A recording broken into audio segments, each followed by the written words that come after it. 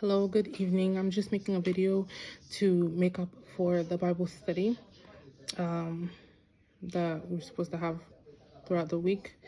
So today I'm going to be speaking on, the promises of God, waiting on the promise of God, and, counterfeit promises, or the counterfeit versions of the promise that God has given us. So as I was reading a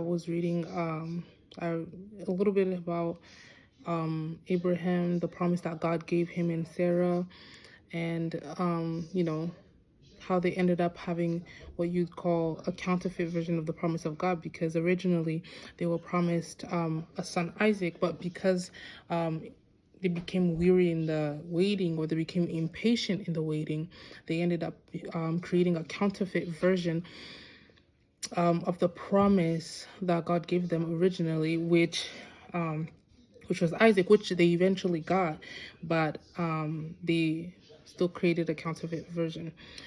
So in Ecclesiastes chapter 3 verse 1, it says, "He has made everything beautiful in its time. He has also set eternity in the human heart, yet no one can fathom what God has done from beginning to end."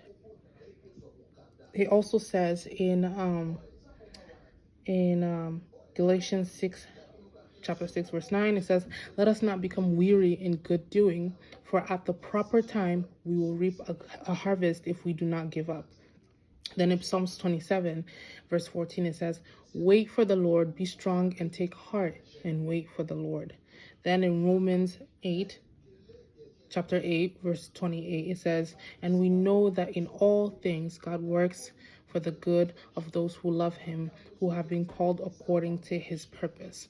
So all these verses just come to tell, they're summarized. They're just telling us that we need to wait. We need to be patient in waiting for the promises of God. Sometimes it's not easy. Sometimes you're not necessarily aware, and I think that's also part of why a lot of people settle for counterfeits. They don't really understand what exactly God promised them. So first of all, having the knowledge and understanding of what it is that God promised you, and being patient in the waiting. Do not become impatient or settle for counterfeits, or settle for less than what God promised you, because you've become weary, because you've become a little tired, because you feel like it's taking longer.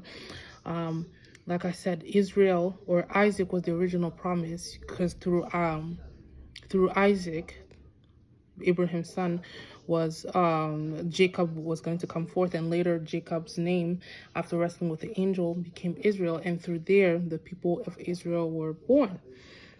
So Israel was the original promise that God gave, but because of Abraham and Sarah's impatience or weariness in the waiting, they created a counterfeit version of the promise, which was Ishmael, which he was not, completely recognized in the eyes of God, because he was a counterfeit version of God's promise. And now